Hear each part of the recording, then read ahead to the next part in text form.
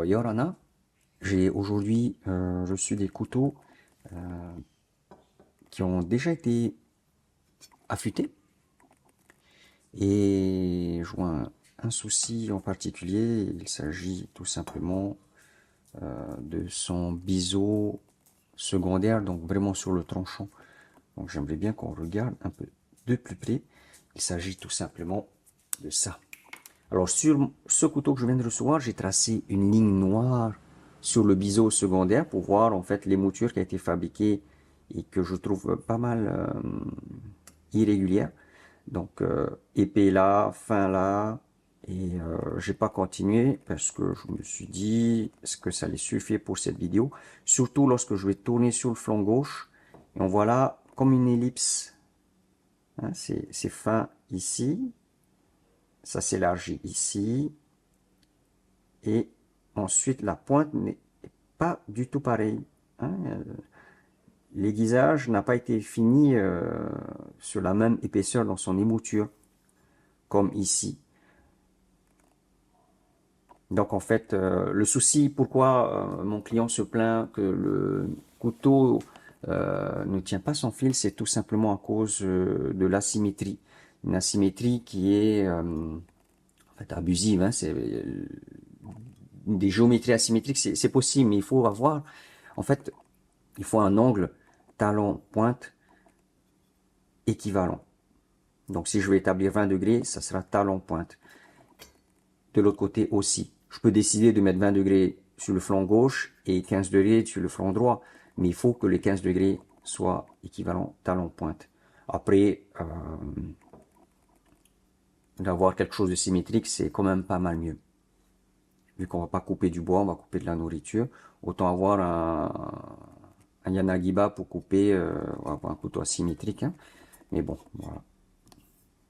Je demande dans la prochaine séquence l'angle qui a été attribué à peu près sur ce couteau. Donc j'aurai des extrêmes, hein, sur l'angle qui a été attribué à ce couteau. En tout cas, je vais tout transformer, reprofiler. Je vais passer d'un travail de reprofilage avec des pierres avec un grain bien grossier jusqu'à moyen et fin pour ensuite passer sur de l'affûtage, améliorer le tranchant de ce couteau. À tout de suite. Donc là, j'ai tracé un petit trait pointu parce qu'en fait, l'aiguisage n'a pas été terminé. Donc je l'ai posé sur un système et il est posé sur la lame. Moi, je vais tracer petit à petit un trait. Moi, je pense que 10 degrés, c'est pas beaucoup. Je vais essayer déjà 15 pour voir. On va aller à 15. Donc, j'augmente tout simplement ma petite molette pour élever l'angle de ma barre, ce qui me permet de déterminer l'angle du couteau. Là, j'ai 15,3. On va tester, voir qu'est-ce qu'il y a sur le couteau. Donc, qu'est-ce que nous avons? Waouh! Il y a un effacement principalement sur le bord uniquement. Ça veut dire que l'angle il est bien en dessous des 15 degrés. Donc je vais essayer de descendre et effacer petit à petit. Alors, ouais, c'est étrange. Je vais remonter.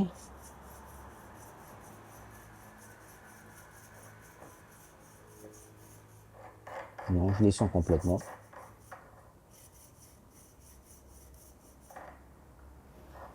« 10 degrés, ça fait vraiment bas, hein. Et pourtant, on dirait que c'est à peu près dans cet ordre d'idées. Je vais enlever juste le cube pour être un peu à l'aise et voir ce que ça donne comme ça. On voit sur ce couteau que l'aiguisage elle est concave. Donc il s'agit vraiment d'une meule qui est passée dessus. Et je pense que l'angle est Je suis en fait sur l'angle qui correspond au travail qui a été fait avant moi. Donc, je vais reproduire encore le petit trait. Hop. Ça me permet de déterminer le profil géométrique. Alors, c'est reparti. Nous avons 10 degrés.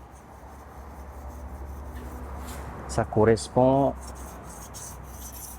à un angle vraiment trop aigu. C'est pour ça que le tranchant de ce couteau ne tenait pas du tout.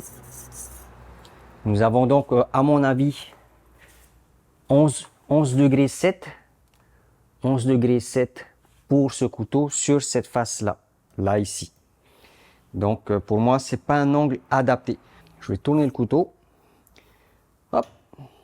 Donc je vais tracer un trait au milieu de la lame sur la face gauche. Je vais en profiter pour tracer tout du long, hein. Tout du long jusqu'à la pointe. Je vais essayer d'effacer.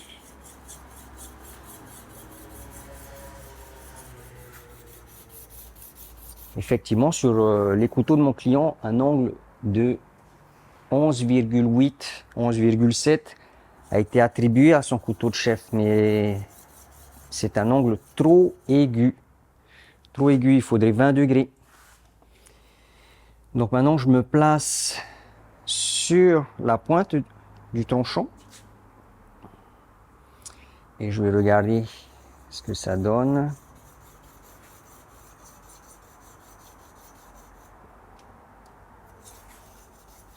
Ok.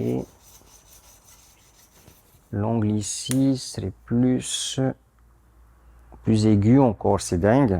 Encore plus aigu parce que là, avec un angle de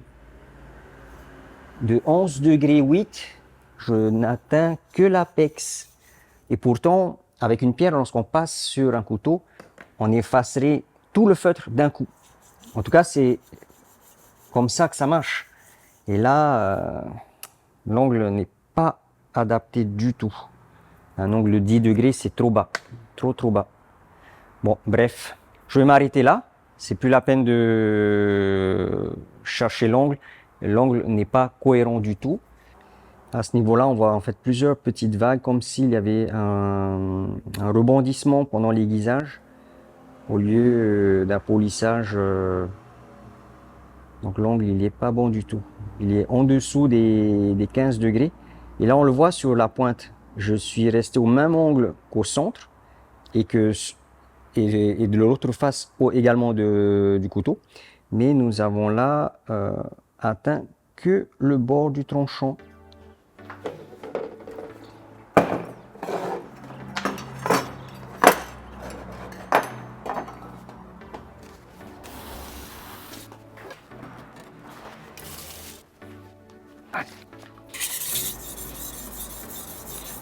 Là, je vais établir un angle de 20 degrés sur les couteaux de mon client. Ils étaient à 11,7, 11,8 et c'est un angle qui était vraiment pas adapté pour ce type de couteau. Parce qu'après tout, c'est pas des super styles. Les super styles, si on a un bon couteau, 15 degrés, c'est quand même pas mal. Là, il s'agit de couteaux ordinaires en inox. Donc il ne suffit pas tout simplement de rajouter, enfin d'attribuer les 20 degrés, mais de ranger de la matière, enlever en fait la partie qui était trop fine et donc qui faisait que le couteau cassait. Son tranchant ne tenait pas, il cassait, il roulait trop rapidement. Alors, on a déjà quelque chose de pas mal. Voilà. Il y a juste la pointe à retravailler un petit peu.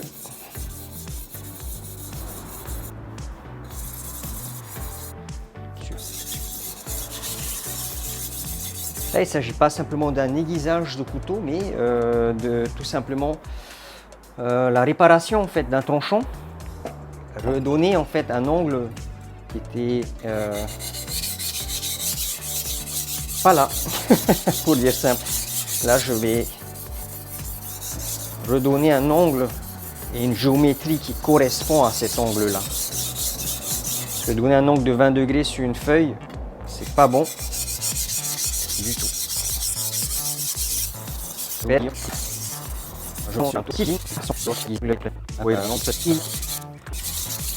On ne peut pas tout simplement changer l'angle d'un outil comme on veut.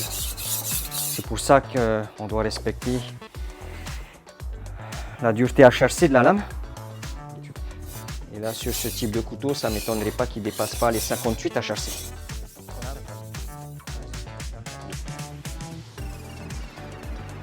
Super. Voilà, 2 couteaux de réparés. On passe sur le suivant. Là, je suis sur une pierre 400.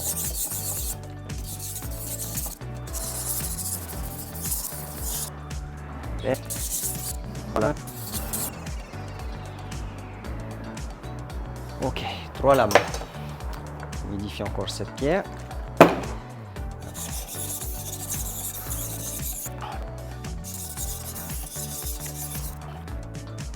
Joli, joli, joli, joli.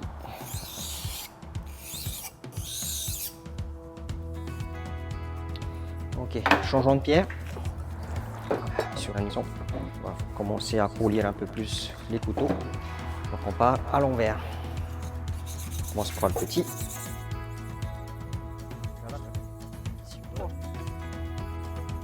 Donc un polish qui commence à bien venir.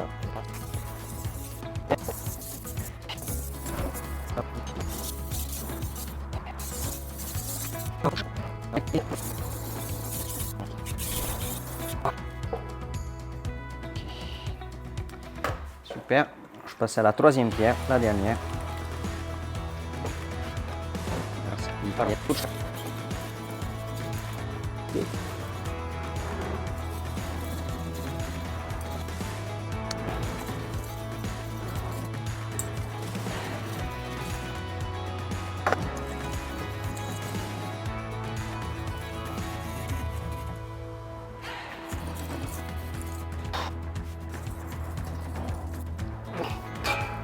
C'est parti.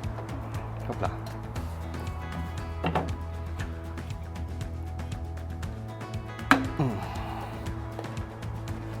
C'est le strop.